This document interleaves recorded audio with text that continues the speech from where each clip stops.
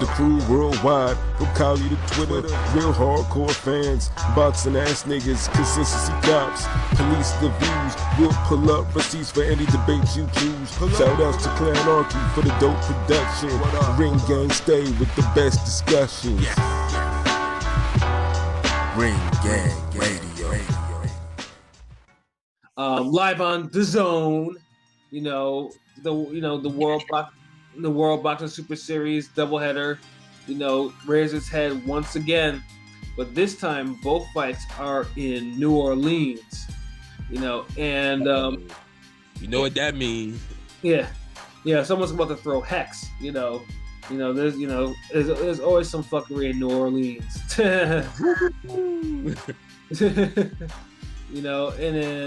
And truth be told, I would have flown out to see this fight if it was not for the fact that I wanted to really catch this Jacob Devereauchenko card.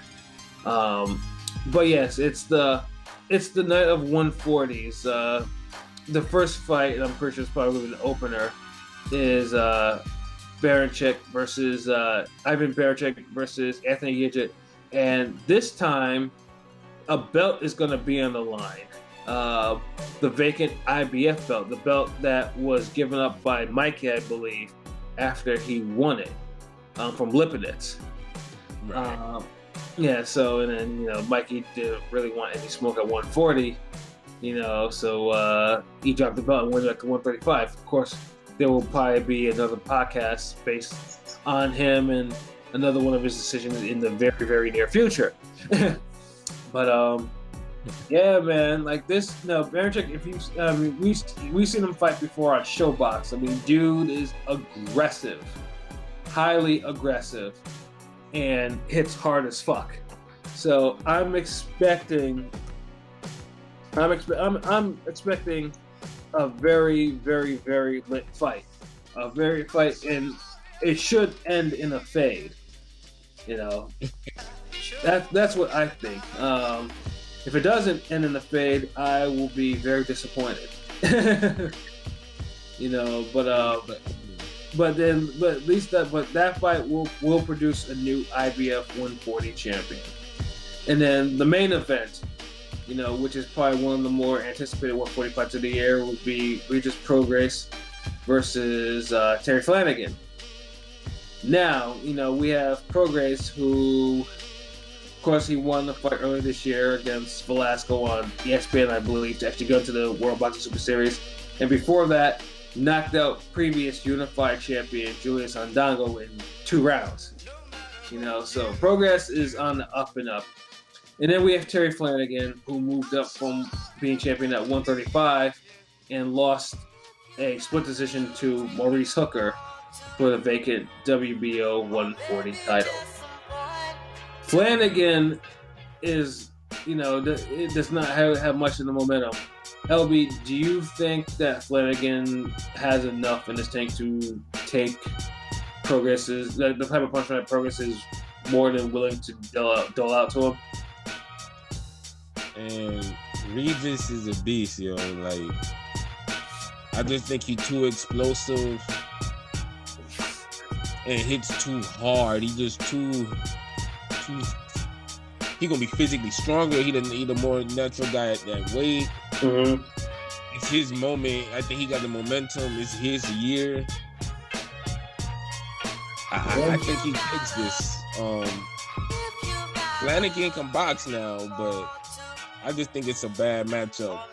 Flanagan would really have to get that jab going and really follow it behind, with some right hands and kind of step into a Prograis when he's trying to do all the defensive, head movement and shit. Because, Regis be moving his head. He got good head movement, but sometimes, he'll stand still and he'll get caught up in the moment.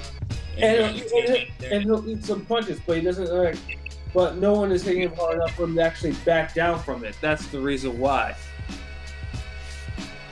So, Flanagan, he'll have his spots, he'll have his moments, but he almost have to fight the fight of his life. I believe, like, almost a perfect fight to really, pull it off. Like, Yeah, no. I favor like Regis like maybe 70-30. Mm-hmm. Yeah. I mean, first of all, I think Prograis wants to make an example because, like I said, Flanagan is coming off a loss to Maurice Hooker. You know, Maurice Hooker, although signed to the Zone, is going to be putting his belt on the line on ESPN next month, I believe, against a top-ranked fighter.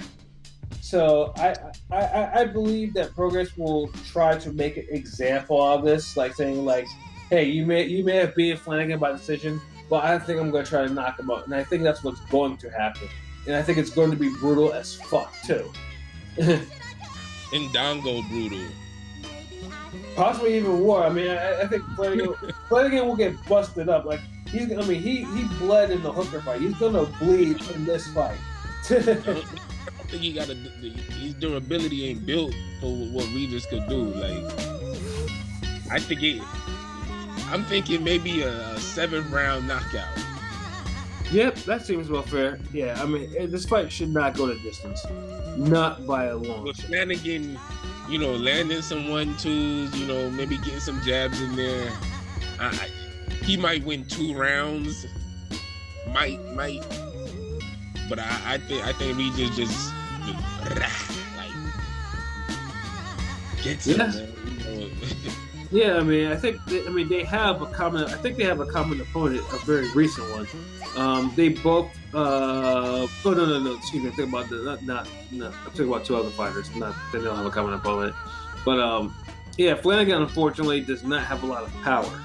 I mean, he only has 13 KOs. He only has 13 KOs and 33 wins. He's not. That's not enough. He no boxing puncher. Yeah, he's gonna have to be on his P's and Q's to get Progress under control, because Progress fights mean, he punches mean, he punches with mean intentions, you know, and he's also fast. He's also as fast too and explosive. So yeah, I'm expecting this doublehead. It's gonna be fades. Both of them are gonna be fades. You know, and I for one will welcome them. You know. So yeah, I think those are the fights to recap. I mean, obviously we'll recap them next week.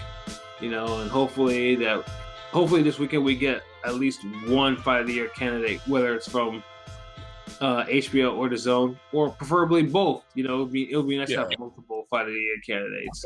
I'll get both. Like if we get another great middleweight fight, that'll be dope. 140, if we like 140 trying to rebuild itself to something, like it's trying to get there. So this helps along the way, because if you remember, Josh Taylor fight with Paul Stahl was a pretty good damn fight. Yeah, it was, and he's also in the tournament too. He'll be facing Ryan Martin in November. So build in the tournament and make the fades, you know, get even bigger. Yeah, because especially now, I mean, with 140, 2 of the belts are on the line, a possible 3 depending on how the WC goes with Ramirez, because Progress is their interim champion. You know, so it's interesting. 140 is interesting right now. So yeah, I think that is it for all stuff we wanted to discuss tonight. LB, do you have any final thoughts? I think we just gonna have a real lit night of boxing. Like, tune in. Yeah, that's it. I mean, I'm gonna have to, you know, because HBO starts at 10 o'clock, so I mean, I'm gonna be watching World Boxing Super Series on TV until then, and then I'm gonna have to switch to the laptop. What time that's not to cut you off, apologies. When does that start? Which one? The Zone card, the I'm thinking 5 or 6 p.m. Eastern time, something like that. Because I know for sure they're gonna have like they're gonna have whatever other fights on the card that are outside of the WBSS stuff.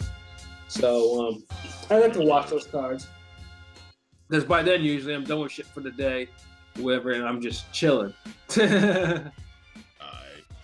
Yeah, so yeah, I think it's around that time, and then by that time it will be. By the time it comes on, like I said, I'll just switch to a laptop and then HBO on my TV, and I'm good to go. So,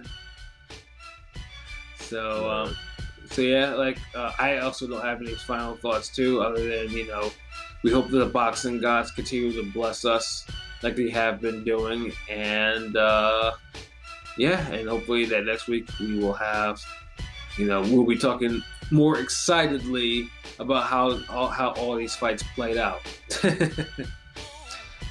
So yeah, this has been another episode of Real Talk, where as always, if shit's real, we talk about it. I'm Patscorpio, and then my man LB. Yep, the GOAT artist.